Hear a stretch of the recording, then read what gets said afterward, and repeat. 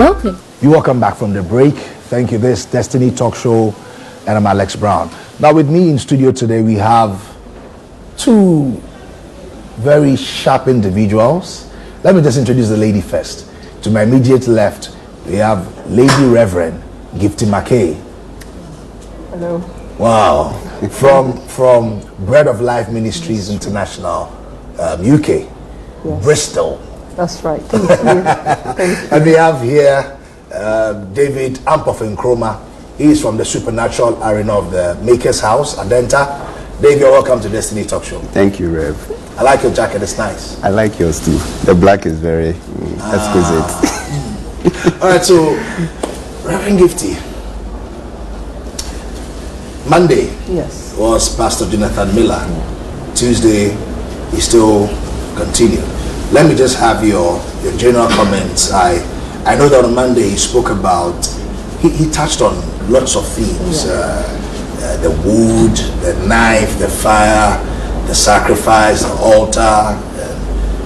We connected it to Elijah, where he prayed, fire came down, and all of that. So putting everything together. And yesterday he also touched on, what was it? So David and Goliath. David and Goliath. And somebody told me that all that he remembers is the haters. The haters. Well, we'll get into that. So let's just hear from you. To be honest, I was so blessed. I was so blessed because he gave me a different perspective of worship. Because sometimes we come into the presence of God and we think that it's the singing and it's the dancing and it's how we feel and our mood. But the fact that he made us aware that worship is self-sacrifice, and giving us the perspective of Abraham and the fact that he worshipped God and it was a self-sacrifice. It wasn't just the singing, it was a painful experience, but it was a painful experience that brought reward. And for me, it was just mind-blowing, and I'm so grateful. And the fact that he talked about bringing order, making sure that there's order, that God does not bring any fire on an ordered altar. So it means that whatever we render unto God, we need to make sure that there's order. We need to make sure that our hearts are right. We need to make sure that we consecrate ourselves ready for his use, and that is worship. Wow. And I believe that it was just excellent for me. See, viewers, this discussion this evening will be very interesting, and I love how Lady Markey has just begun the discussion. Now, I have quite a number of questions with regards to worship, and I'll send them right across to you, and kindly share your answers with me as well, because we know that worship is doing slow songs or doing slow music. But Pastor Miller just gave us a very interesting perspective of worship, and you and I believe that does not negate the fact that we also have the worship with the singing. But we'll look at the two and see how the two work together. Dave, let's hear from your general comments about the last 2 nights. Okay, so what I can say is the experience conference is really an experience. Let me start from Sunday, because Papa touched on certain things that repeated itself with what Pastor Miller spoke about on Monday. Papa spoke about the W's whilst Jesus was on the cross, and one of the things he mentioned was worship. So it was interesting for Pastor Miller to also raise the same issue that worship is actually dead, and not about us enjoying the moments. We come to church and it's all about the worship song was so wonderful, the choir was amazing and all that. But then what he opened my eyes to is that if we are talking about worship, then it's about actually denying yourself. That's right. It's about letting go of the things that please you and then surrendering everything to Christ. Worship is about Jesus. It's never about us. And just like Lady Markey said, fire will never fall on disordered wood. We come to church and we think we can play church and still play the world. So we have people who would play a little bit of fornication, some people who walk around a little bit of drugs and still come to church and feel it is okay. Fire cannot fall on that wood. Fire will only fall on wood that is ordered, wood that is ready to follow the principles of God. And for me, that was one defining moment for me. It really opened my eyes to what we do as Christians. Let's look a bit closely to this. Now, when he was discussing worship, and he said that to Abraham, his concept of worship was death. It struck me.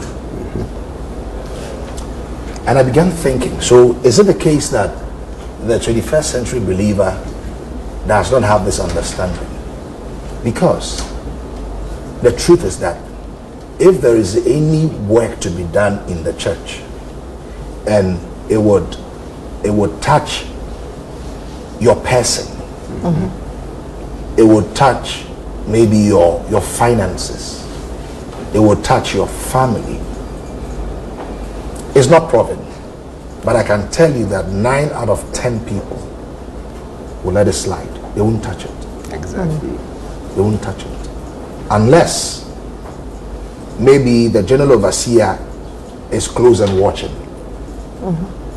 So it becomes more of eye service. Eye service. Once he's seeing me, let me do it. Then he notices me, and then if he has a word for me, he can release it. But you see, Rev, what we miss out is whenever you are ready to worship, that is when you can access the portals of heaven. If you are not able to let go of the things that please you, then you cannot access the things that God has for you. And I think for us as believers, we have to begin to have that Abraham mindset, where you know that, yes, this is mine. This is the only thing I have. This is the only thing I cherish. But if I say I really want to worship God, then I should be ready to surrender it. And that is what it means to love God.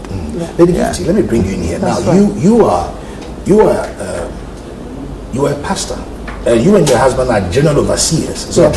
So you have your perspective to these things very much will be different from how David will see it.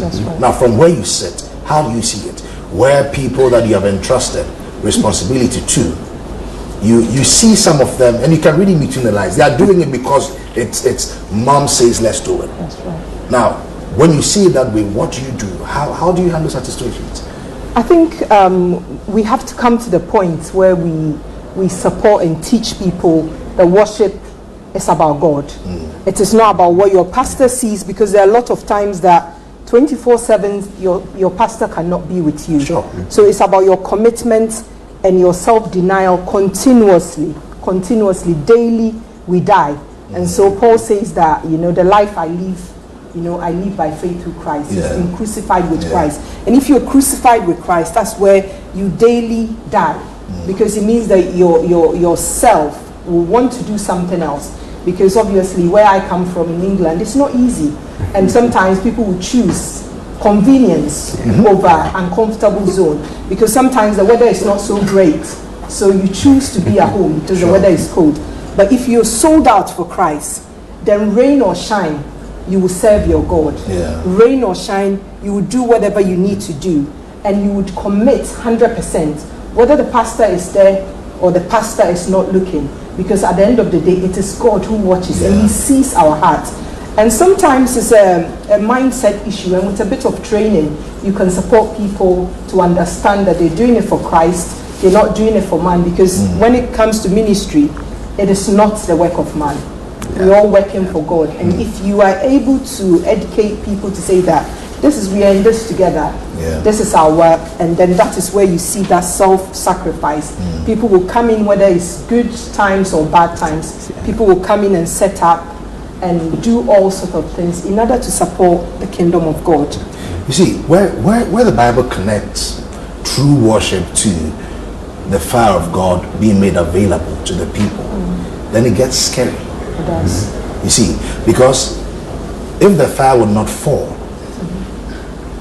on fakery or ifenim, if the fire will not fall on that, then it means that most often than not, we are wasting our time, and we are depleting the energies of the pastor that we are serving. I don't know if you understand my comment. Because the fire would not fall. If God sees that this is an unordered altar, there will be no fire. So you are serving at the altar, you are doing great, but no fire is coming. And I think that's why a lot of us don't see a lot of blessings, and sometimes we wonder why that you're doing so much, yeah, but there's so little. I love the man of God. I love the woman of God. Yes. Yet God knows the show. Yes. But the Bible tells us that the true worshippers will worship Him in spirit and in truth. Yeah. And in truth means you will do it when there's no one watching. So true to yourself. Yes. True to your leader. Yes. True to God. True to God. And true to your teammates. That's right. Because some also would serve only when the other team members are around. That's right. Because the Jumani and thing, me kwame from a radio. Tia ni mobile ni na yaye. Some bad am so me trem. That's right. Wow. But you know, there's a reward, and our life here, it's not the end of it all. So when you think of the reward that awaits you, then you would be willing to work, and you'll be able to put yourself down and do whatever God tells you to do. Because there are times that God will tell you to sow a seed, God will tell you to do something, but maybe you would have allocated the money for something else. And as you do, you get blessed. So sometimes that's also an act of worship. It's an act of worship. And it's self-denial, because it could be opportunity cost between a good shoe and that seed. And sometimes it's very easy to just go for the physical thing, because it's instant gratification. But I believe true worship comes when we are able to deny ourselves and are able to make sure that we have delayed gratification, because we know that God is a rewarder and He's faithful, and I have seen Him being so faithful. And the Maker's house is a good example. Look at what God has done. No, we cannot belabor that point. I think we can put our hands together for Jesus Christ for a beautiful thing He's doing for the Maker's house, and for our general overseer. Yes. Yeah, Papa, God bless you. Dave, let me bring you in here now. So we're still looking at worship. Yeah. And I won't be tempted. So he serves at the Supernatural Arena where I pastor, the Adenta branch of the Maker's House. So I am not tempted, all right? Okay. So free your mind and let's talk. Here's Destiny Talk Show. All right, so Dave, let's hear from you. Still on worship. So where fire is not coming because the altar is not oddly placed and all that. Let's hear from you. Okay, so one thing I can say about this is we can have Christians who do not have orderly lives, and one thing I can bet you see is frustration. Just like Lady K said, they will be wondering, why is it that I'm doing this and I don't see anything? Yeah. Most Christians are frustrated because they are not ready to make a sacrifice to get the benefits of God.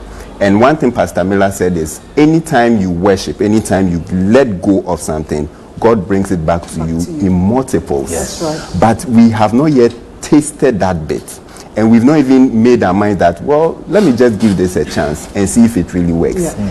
If you are not ready to sacrifice, then you are not really ready for the blessings of God. Wow. And like Christ says, whenever you give, it will come back to you, pressed down, shaking together, running over. That's right. But how many of us are really ready to say that, okay, I'm giving this? So I'm not even going to talk about money. Let's talk about our time. You have people that will spend hours on WhatsApp, on Facebook, but then just make some time that, okay, for the next 30 minutes, I just want to read God's word. I can bet you God will give you back that time with deeper insight into His word, deeper knowledge, deeper wisdom for your daily life, not even for just kingdom. But we have people who are just not ready. Let's look at sacrificing moments to take care of someone or console someone. We just don't have that time. But then when we are in need of such moments, we are wondering, where is everybody? I feel abandoned. But you haven't sacrificed. And you will be sacrificed. You cannot reap what you have not sown. Exactly. And for me, I had a certain disposition just not long ago that, okay, Charlie, go all out, keep on loving, keep on pouring, keep on. But God told me, hey, don't be stupid. You will die young. Because if you have not sown your energies into the assignment, into the agenda, you don't expect to read from there. Exactly. Yeah. And as from where you sit, how do you relate to members of your church, Bread of Life Ministry? I'm sure they are watching you. If not now, they'll be watching you later. So tell them. Now, those who are not sowing into your life, into the ministry, not just money, but they're not showing their time, their talents, their giftings, yet they expect you to be there 24/7. How do you handle those people? I think just to encourage everybody that it is not vain to serve the Lord. It's not vain. It is not vain to serve the Lord. And Jesus Christ said, when I was hungry, you gave me food. When I was thirsty, you gave me. When I was naked, you clothed me. And sometimes we forget that by doing it unto one another, that is the fulfillment of Scripture. Yeah. And sometimes we think that, I'll do it to God. But God doesn't come in physically, but He comes in people, in the persons who come to us. So by showing love, by making sure that you're working in the house of God and lightening the burden of ministers, I think it's a revelation that people need to have. Yeah. Because I think sometimes people think that, it's your ministry. So that's right. But it is not our ministry. Yeah. It is not our ministry. And I have seen that people who have been faithful in the ministry get blessed. Sure. People who have sown their time, their seed, their energy, God really invests back into them. You see, the modern day Christian doesn't understand this, but you cannot outgive God. Never. It's not possible. So whatever thing you are doing, whichever area of ministry you are serving, now notice that as you do it faithfully, you are pleasing God and you are lightening the burden of the vision bearer. That's right. Now once you do that, God is committed to beating you to what you are doing. Yes. But if you are not doing anything, you see, you'll be walking. When we are dancing, you dance. When you are singing, you sing. But your heavens are closed. It doesn't matter how deep your throat is in speaking tongues. Nothing is going to happen. Naturally, as a minister of the gospel, when you go before God, there are people that come to mind straight away because they make your burden lighter. At times, we don't say this in the pulpit, but it is true. It is true. Anytime you go on your knees, the names that pop up in your spirit are those that pour water on your hands. That's right. You sit. Oh, I'm sorry, I'm hosting. Dave, come in. Yeah, come in. Rev, I really wanted you to continue, but then it's true. I am not ordained yet, but Rev, what I can say is for the people that I know. I love that yet. Because it's coming, watch it. Right. For the people that I know that hold my hand, even if I do not make it a commitment to pray, there is this voice which I know is the Spirit of God who tells you that remember to say a prayer for them. Right. And funny enough, sometimes, Rev, you notice that you will start praying for them and you start praying about a situation that you have no idea of. Have no idea. That is the Spirit of God telling you that I need you to work on this issue for them, to pray and access grace for them in this matter. So this is how it works. Now, if we give God true worship, it places you on a certain platform to attract His best. And as far as your leader is concerned, they always go before God with you. That's right. So what happens is that the entire system is blessed. Yeah. You get it? Because you are blessing your leader. He is praying, God is blessing you. Yeah. The work of God is seeing progress. Now, and the devil is being defeated in that wise. That's right. But if you become wise, just as He told Saul, He said, once you become wise in your own eyes, God can't help you. That's right. And I love how they put it. Says, He will just be there and wait for you. Right. Any day your eyes get open and you come back, He would still hold your hands and go. But until that time, nothing is going to happen. Well, send your comments. Send your comments to our Facebook wall. You can share it. Send your comments. That we'll do all to respond to as many as possible. If you have any question, please send it across. We'll do all to answer them. Let us look at this scenario. Then we will be going on a break because Minister Nana Poku is in the house. Yeah. All right. So the next thing we are looking at is Jonathan Mill also gave that scenario, the trading that happens in church. That was breathtaking. So we know that scripture. Yes. Christ goes to the temple. They were trading, and He picked up a whip and started beating them. And He shared with us. Let me start with you, Dave.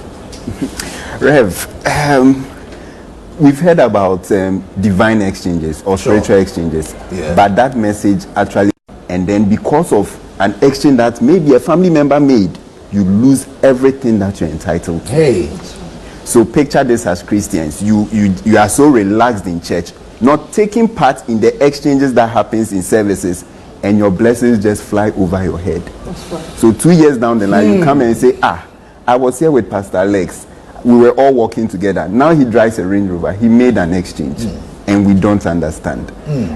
From that message, I realized that, look, anytime you are at a place where heaven is kissing the earth, be ready to make an exchange. And like Pastor Miller said, I'd rather be the businessman than the child playing in the marketplace. Right. Never. Right. But you see, a lot of us don't even know something is happening.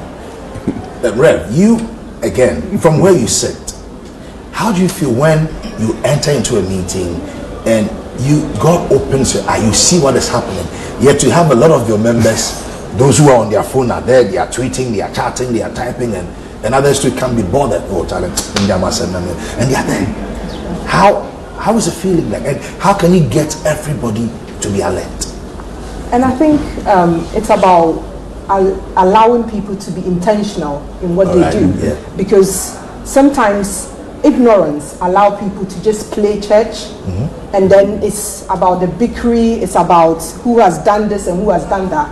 Whereas their lives are at stake, you know. So instead of fully engaging yourself in the spiritual transactions that are taking place, because your children are wayward, and instead of really investing time and energy in praying and just securing their life in the Lord, we're busy saying this person has done that and another person said this and another person complained about my shoe and my hairstyle, and they're better things to think about and better things to do.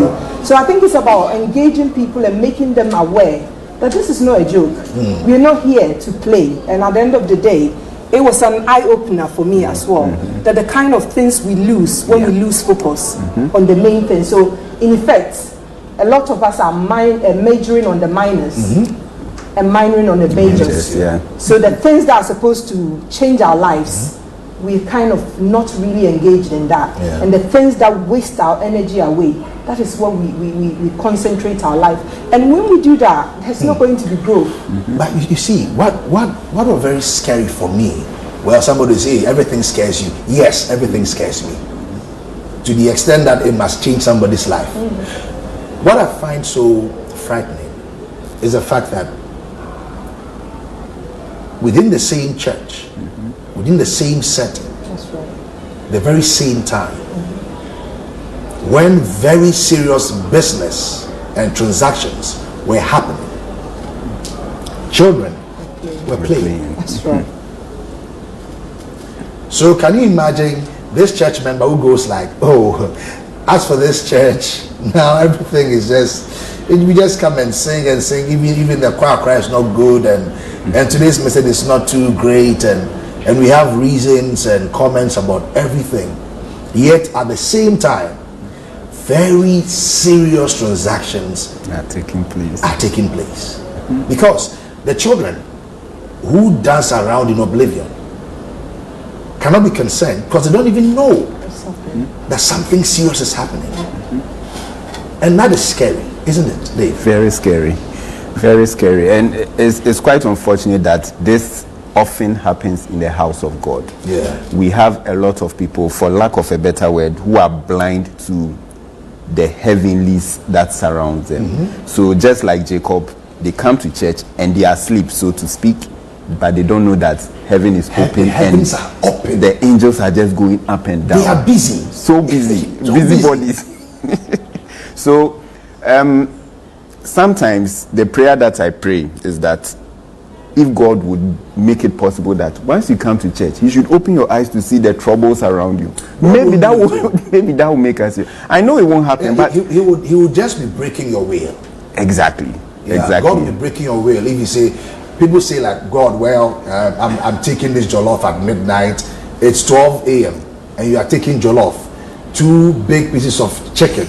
Then you have your guava juice there. Then you take it every 12 a.m. Now you start having pot belly.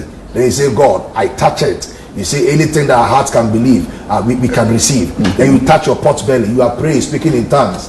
And you say, God should now become a surgeon to come and what? Do what? No, you are just killing yourself. You won't do it. There wouldn't be any response from God. So that is just wishful thinking for me. But then you see, maybe it's about time that as leaders, pastors, ministers and all, we encourage those that worship in our ministries that, look, this is a serious place. We can make all the noise, but look, you are at a place where you can actually alter the path that you are heading to. If you are heading towards destruction, this is the place to change it. This is the place to access even greater grace. If we can bring people to that level, maybe we can move them from being children playing in the marketplace to being businessmen doing actual exchanges. So Lady Gifty, let me just ask you this.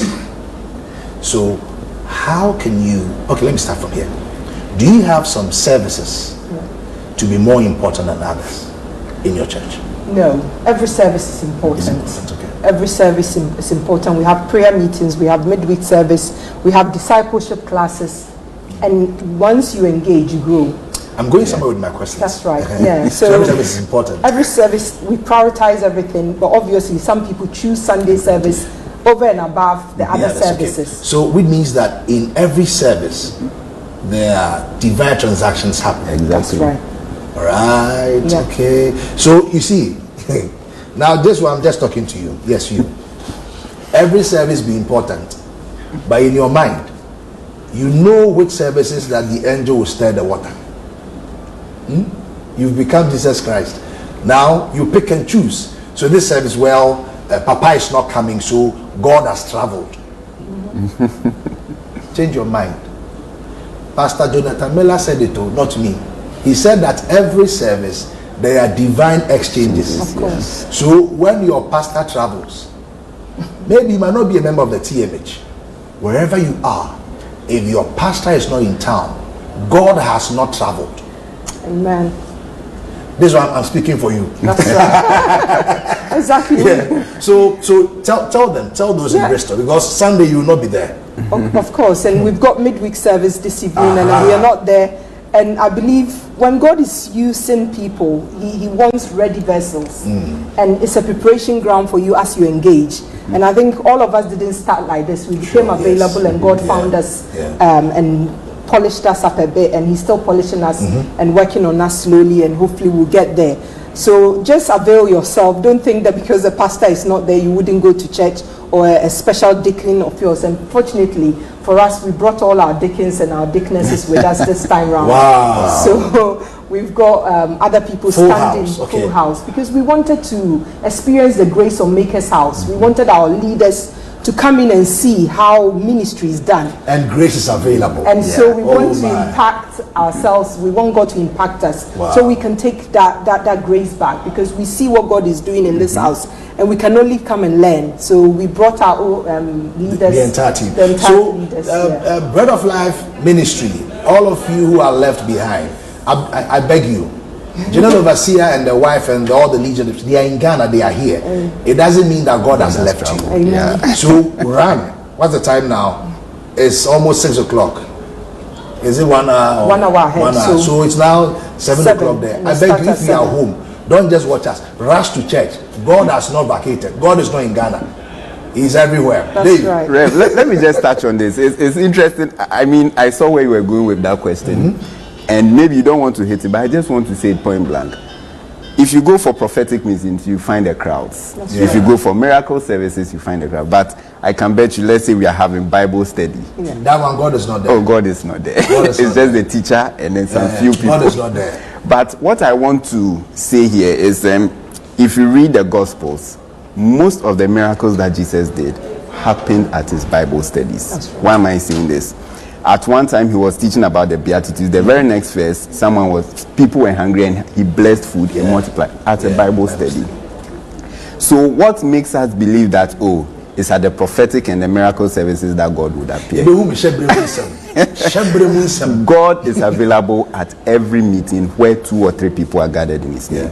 And it will amaze you that if we would be very committed to Bible studies, sometimes the long prayers will cease, because it's at these studies that we find the secrets of the Bible.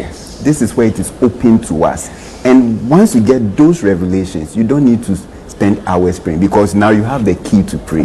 And you can just move in with that. You see, the apostle said that anytime you receive a word of prophecy, all that it does is that it helps you to wage a good warfare.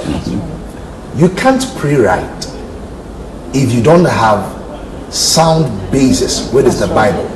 So you hear the prophetic word, you are empty. You don't have scriptures in you. You can't pray. And once you can't pray, the word will just be hovering over your head. It will be there. Any prophet who sees you will see that there's some word with the hang over your head though. The word you don't hang down, they fall down there. It is not falling down because you have no word in you. Let us have a perfect balance between the word in us and the word we are hearing. Please stick and stay. Think about these things. We are taking a break, and when we come back, Minister Nana Poku is here. Please stay. We'll be right back.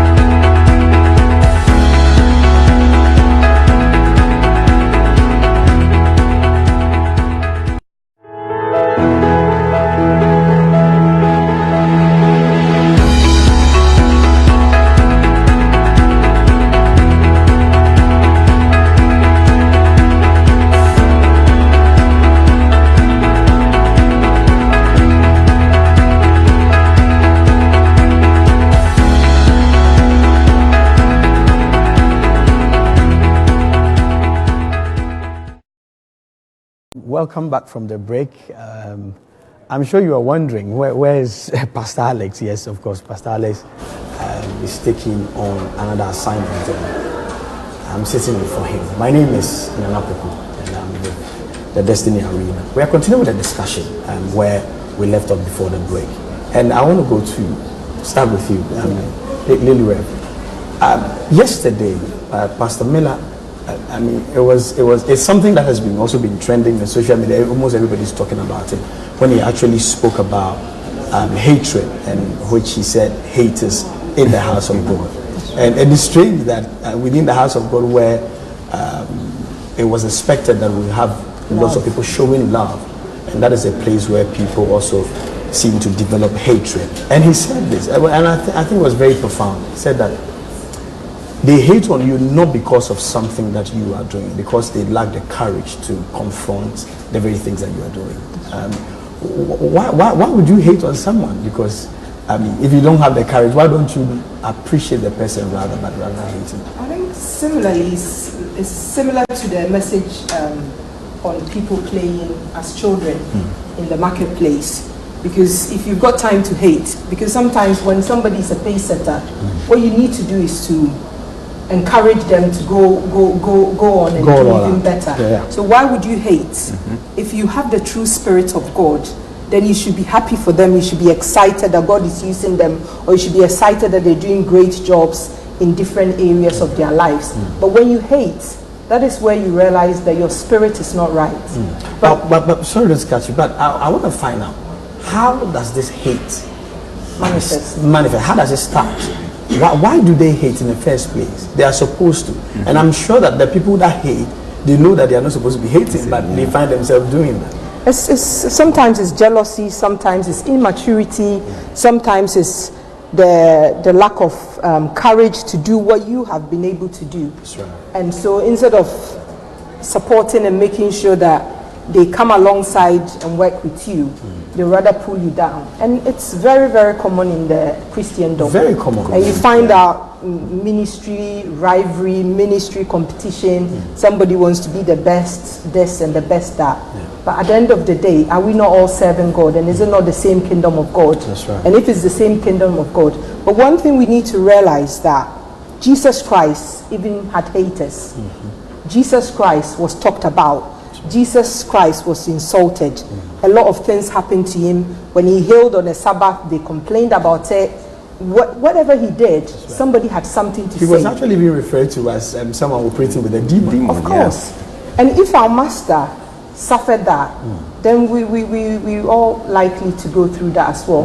But I think it's just having the courage to not focus on that and concentrating on what your agenda and what God has called you to do, so that you don't lose focus, because sometimes it can be so painful that if you're not careful, you get into bitterness and you lose your focus. Also, I want to come to you. Is there a remedy for someone who, as we are talking now, I'm sure has just done an introspection and has realized that indeed this person that I've been talking behind, I'm actually hating him. Is there a remedy for the person? Let me take it from our backgrounds. In Akan, we have an adage that says "Otani Yidru," which means hatred has no cure or no medicine. But then I think the first step of actually curing yourself from hatred or jealousy is actually realizing that you indeed hate this person, or you are envious or jealous of this person. That is the first step of remedy. Okay. Once you realize that, you are actually on the path to getting yourself delivered from that. The moment you see this, you have to actually take steps in appreciating whatever the person is doing. You have to take steps to appreciate. To appreciate the person, yes. Wow. Let him know that, look, what you are doing, we should have done it, but we didn't, but we see you doing it and we are proud of you. We want to know how you are doing it so that we can copy it. I always say there is nothing wrong in copying someone. If you look at artists, those who paint today, they actually copy everything that God has done. Absolutely. Whatever God has created, they just reproduce it in a picture or other form. So there's nothing wrong in copying. So if you see someone that you dislike so much for no reason, just because the person is going on, the person is doing the right things, and you realize that the way you feel about this person is wrong, the best way to kill it is to go forward and say that, look, I see what you are doing and I love it. I don't know how you did it. I wish I could have done it, but I love that you are doing. Can you teach me? And there is nothing wrong with that. So in essence, appreciating someone for what the person is doing is a major tool in helping you getting rid of hatred. Exactly. It's a major tool in curing yourself. But sometimes the applause and appreciation too comes wrapped up with a lot of and they even turn you as a hypocrite. Yeah, so we have those that are not ready to walk away from hatred. When you realize that what I am doing is hatred and jealousy, and you really realize it, that look, what I'm doing is bad, then you can begin to cure yourself. But if you don't realize it and you think, no, let me pretend and clap with everybody so they don't notice it, then you are not ready to cure yourself. And I just want to touch on something that Lady Reverend mentioned. One reason why we have hatred people or haters around is they are mostly people who are not ready to take responsibility. They don't want to take responsibility. They don't want to take responsibility. Sit on the fence, exactly. Always on the sideways, and they seem to have a comment about everything. They have comments. Yeah. They are commenters. And the comments are not positive. They are not positive. So these are people who know that, look, I should be doing A, B, C, D. They see Minister Nana Poku doing it, and then they have a problem. Why is he doing it? He thinks it's this. And then they begin hating you. And you see, God has a place for such people. He called you to do it. You didn't want to do it. Someone is doing it and you want to destroy the person. Oh, there is a very special place for you in hell. There's a special place for you here. Well, I mean, viewers, you heard Osofo. This one, it wasn't from me. There is a special place in hell for haters like that. But woman of God, what are the dangers? Even aside the fact that, of course, you are likely to end up in hellfire. What are, as before you even that, what are some of the dangers associated with you developing this dangerous if you lose spiritually, you lose a lot of blessings by hating, and if you're not careful physiologically, you would end up having a lot of illnesses that are really unnecessary. I see. Because health risk. Yeah, health risk, because when you hate somebody, you see them and you start palpitating, you start your heart feel very uncomfortable, you are sweating here and there, and your blood pressure is going up. Meanwhile, the person is just happy. And there's something very common that people do. They will quickly get on their phones just to avoid eye contact. That's right. So it's not good for you spiritually. You miss a lot of your blessings. And there are numerous accounts in the Bible of people who have been haters.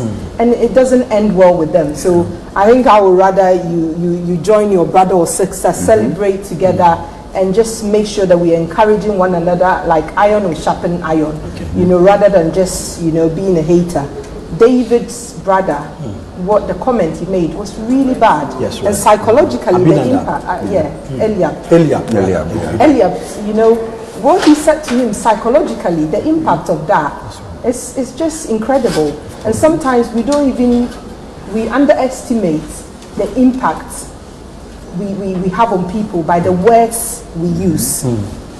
Sometimes it's easier for somebody to slap you than to say something. Psychologically, it leaves a mark. It gets embedded in your subconscious, and it plays to you. Someone came to sing just one ministration, maybe it didn't go down well with you alone, while someone may be blessed, and you are full of criticisms. But we have different tastes, so the fact that it didn't go well with you doesn't mean that it didn't go well. That's right. And I think if you engage, regardless of what somebody does, you would get your blessing. And I think we need to just come in resolute to say that, we're here for God. Whether the music goes well or doesn't go well, we're going to enjoy worship, because worship is not about how good the music is or how great the service is. It's about you and your encounter with God. Our time is faster by approaching, but before, I want us to look at it from this angle as well. Okay. And let me say this: you say Utu Ekurafo, now Utu on this one. I just want to aspect. There are people sometimes in a congregation, friends, they could be friends, and they seem to be quote unquote, and I'm trying to use it advisedly, that they seem to be more vocal, they seem to be more active. And they seem to sometimes their faith levels are high, and they seem to be a bit more assertive in terms of trying to express, let me put it this way, expressive with their faith. Let's say prayer is going on, or maybe we are singing. You realize that the person's voice is louder than everybody. Yeah. What do you have to say to that one? This one, literally, but what do you have to say to that? No, there are people, sometimes they make it uncomfortable. There are people that you find within while service is going on, maybe by one act or something they are doing.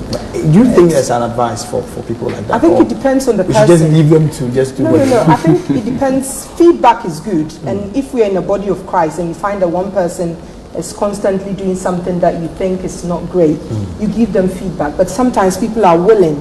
They've got the insight and they know that what they're doing is not, they will take the feedback. But there are people who are not ready to change as well. Yeah. And I find that when you have people who are not ready to change, it's really difficult to impact their lives. But there are people who are very ready. You correct them, they take it, and they will realize that, it's not all about the shouting. Where I come from, we have different diverse people. Some people pray quietly, some people worship very loud, and they can pray loud or quiet. But it's being able to appreciate that we've got diversity in God, and that, people would serve God as is suitable, and we have to make sure that we don't condemn anyone. But if somebody is quite destructive, then of course I think as leaders we need to be able to talk to them. But there are times we talk to people, but they will still carry on because they're set in their own ways. So practically, have you come across someone with that kind of trait? Okay. So I would call them the hyper ones. Yes. So occasionally you find people that are very expressive in their in the way they communicate their faith. You find them shouting and praying like all that. Well, what I have done personally is I've come to believe that everybody approaches God in a different way, in a unique way. So if the person is shouting, it shouldn't be a real problem to you. If yours is to actually speak like Hannah did, and that gets you results, you should be fine with it. The problem is when the person becomes a distraction. When the person begins to disrupt the service in totality, then maybe you may have to put the person aside, not sack the person, but let him understand that, look, the way you handle it, we don't know what's happening, but if you can just tone it down. But if people shout during their prayers, you should also do what you think would get God's attention. It shouldn't be a problem. I think it's a very fine line that we need to be able to draw. And I want us to look at the approach especially when it becomes quote unquote unbearable. I've witnessed that before, and the person is full of faith, full of fire, but he forgot that what he was doing was distracting almost everyone. You understand? So we're going to take a short break, and when we return, you help us find out the right approach. How must I go about it? Okay. Unfortunately, at times you see someone like that, and if you are not mindful, you end up discussing the person before even going ahead to talk to the person. So we're going to take a short break, and then when we return, we'll look at the approach as well. Please stick and stay.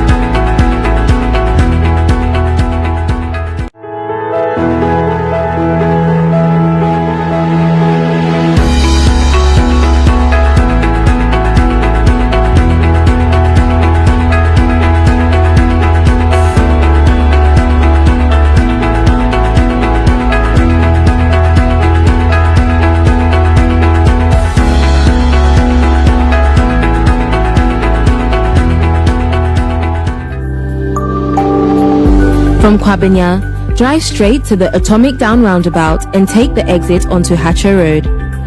Then take the right turn just after the Graduate School of Allied Sciences.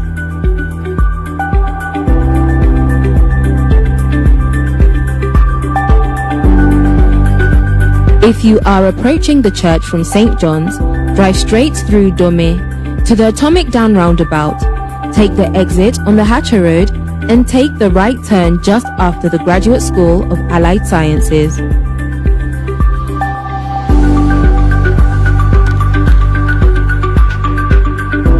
For those driving from Atomic Junction, take the Hatcher Road and make a left turn just before the Graduate School of Allied Sciences.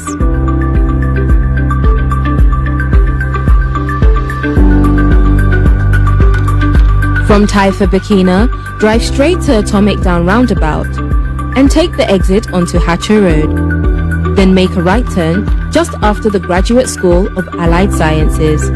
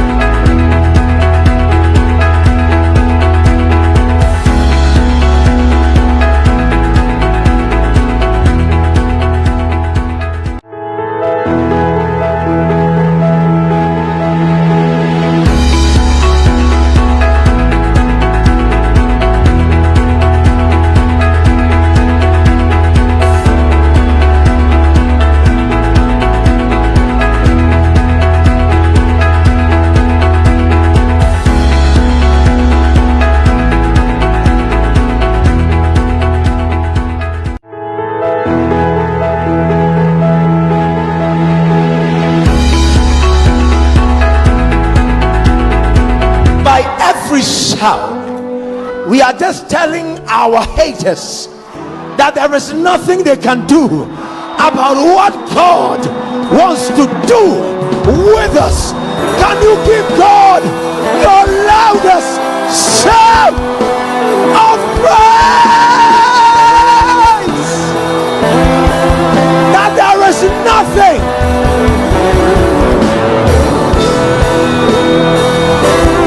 what I just heard? You know what I just heard? You want to keep us here, but you cannot. You wouldn't want us to move forward, but you cannot. You want us to hide behind the rocks, but you cannot, because God has shifted us into a new season. Is there anybody in the house who is ready to move to? Come on, give God your shout.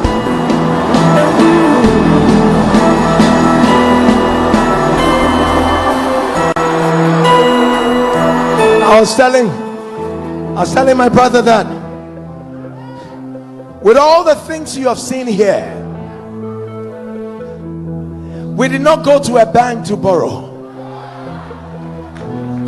Whether it is everything, and those of you who are strangers here, our property starts from the main road to the other road, and we did not borrow. We have not borrowed to build this. No bank is on our neck for building this. There is a supernatural wealth, grace over this commission, and tonight we pray for that grace to rest on your life. We cancel debts, we erase the shackles. Come on, give God your praise. Listen, wealth is contagious, just like cold is contagious. If somebody has a virus and you get close to them, in certain ways you can contract it. When you get into an arena like this, where the lingering grace is not just excellence, but the grace to prosper and do well, when you got in here, that grace was available to come upon you, and may that same grace. All right, welcome back to Destiny Talk Live here at the Destiny Arena. We are really having a good time here, and I believe the discussion is also being a blessing to you. Before we went for the break, we were talking about the approach and how to talk to people who, quote unquote, are a bit hyper during church service. The idea is that you don't, you find ways so that you don't get yourself into that you don't overstep into that place of hatred for someone, which is very dangerous. So we are looking at it in as much as we encourage people to go all out to serve. We also want to find the right approach so that we don't end up also being an offense, rock of offense to ourselves in church. But before I get to my guest again, I have some few messages. Let me just quickly run through them. We have a message from Godfrey Wealth Kwachi. Godfrey Kwachi says that it really pained me for not being able to join the service, but I'm convinced that I will surely receive the blessing after here on live streaming. Okay, and he says that your testimony, I think I've lost him there. Okay,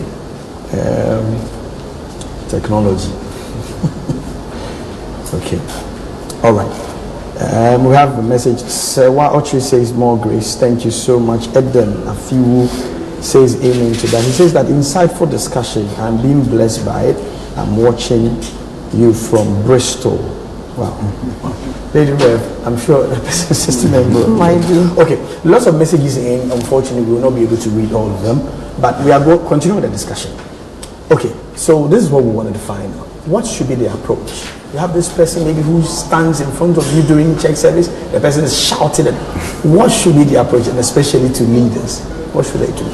I think the approach, what we need to identify that there's no right or wrong way.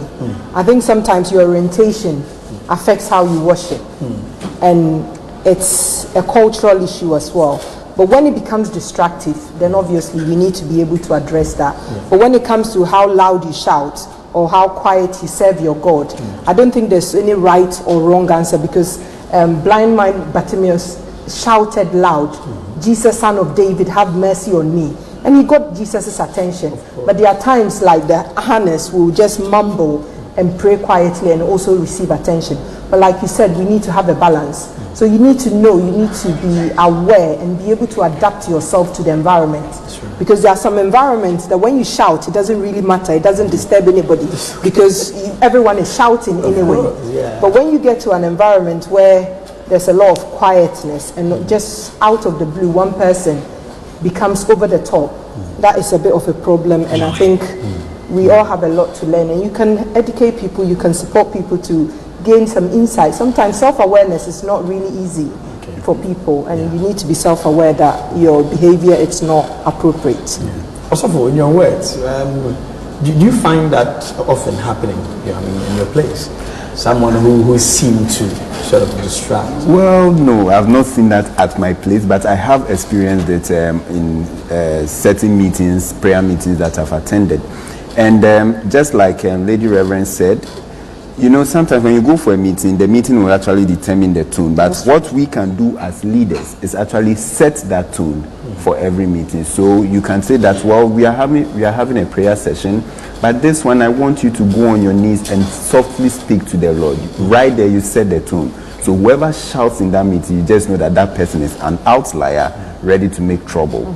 Okay. Now the other thing is, if you constantly have someone disrupting the service, it is not wrong to call the person's attention to it that, you know what, we know you are zealous, you're on fire, but you are really distracting service. So if you can just tone it down for this or that. If it becomes repetitive, then you know that the person is just out there to make trouble. And like Paul did with that lady that was making a decision, you just have to tell the person that, please be silent, you are causing trouble. Because there are times we're going to sign off with you, our viewers, especially those in the auditorium. We're going to switch because the service is just about to begin. But for our viewers online, please stay with us. The discussion is going to continue afterwards. So please don't go. We're continuing. So you were saying that the motive.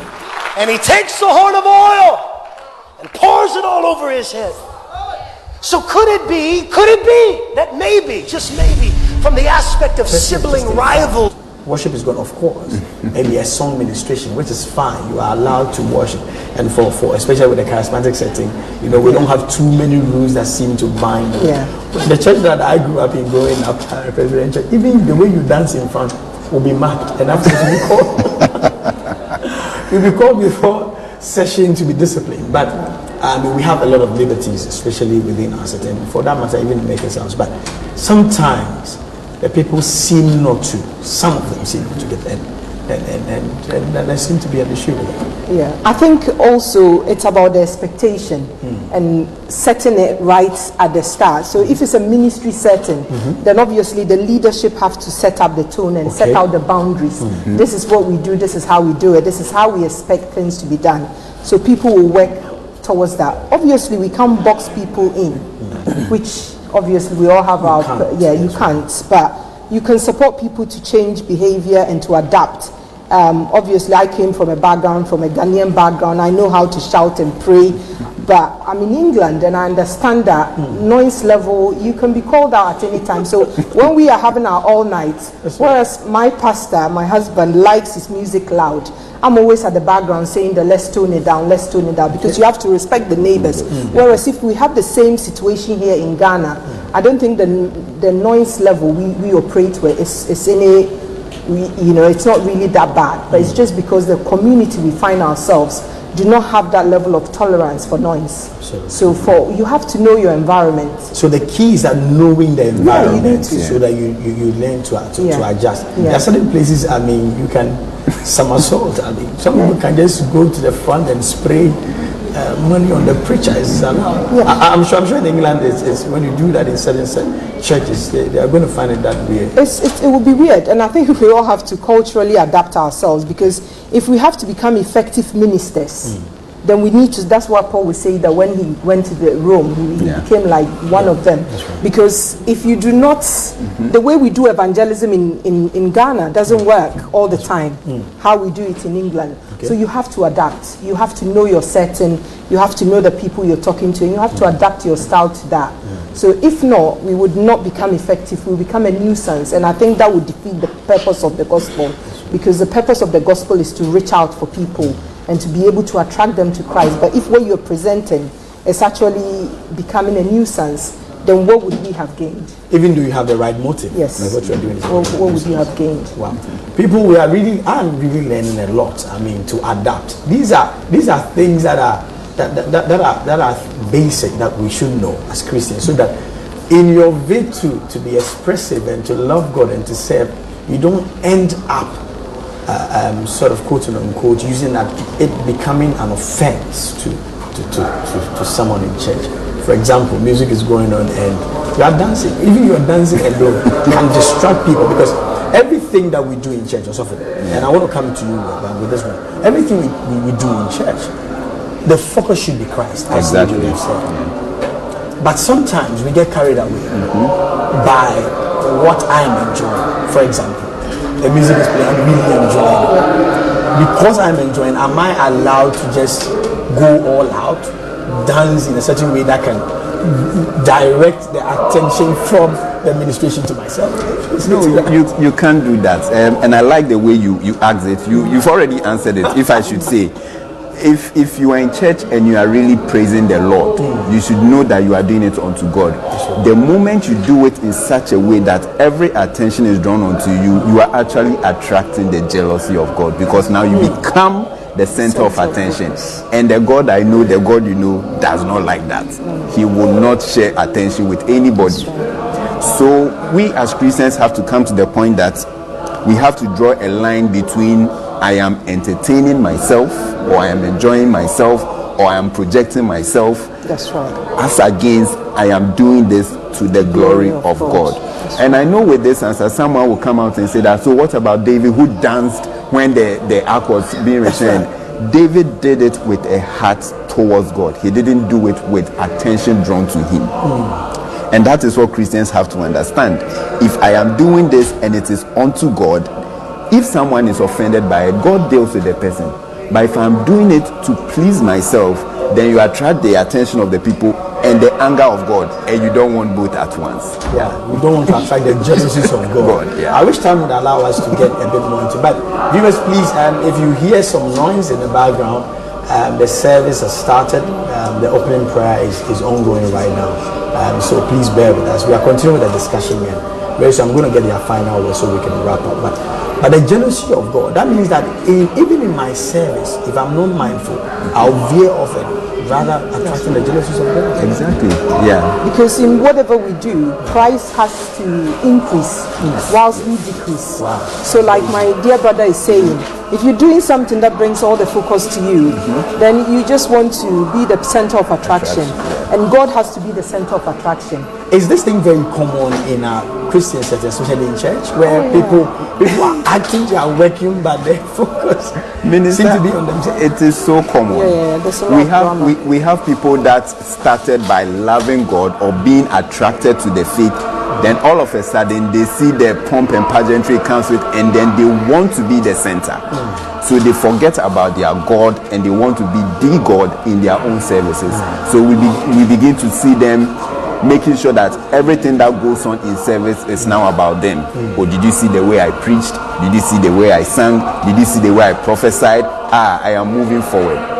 They forget that the mission, the assignment was unto God. And it happens, sadly, in our age. Wow. Yeah. Okay. Our time is almost up. We need to wrap up. But just before we take leave of you, tonight is Reverend Eastfield Amaba Ministry, and you wouldn't want to miss that. I know some people are still caught up in traffic, they are still coming, but for the viewers online, please don't go anywhere. I believe that God has packaged something special for you tonight. So please stay online and then be part of the program and be a blessing. Your final words, I want to start with you and then Lady Reverend. Your final words to yesterday, the message, and anything you have learned that you want someone to pick up. Okay, so my final words, I say this and I always say it. The experience conference is really an experience, and for those who are missing out on the experience conference is an experience. It's an experience. Those who are missing out on it, they don't know. But I would say that if you can't make it and you can join us online, I just want you to know that that same grace that is in this house can hit you wherever you are. Just stay connected and you'll be surprised what God will do through you. Yeah. And mine is, I've been just blown away by this conference. Wow. And for me, it's incredible to see the grace of God that works in this place. And for me, the theme of the conference is Jesus, who is the same yesterday, today, and forever. So if Christ can do it in the Maker's house, I believe he can do it for us wherever we are. So just hold up fast unto him.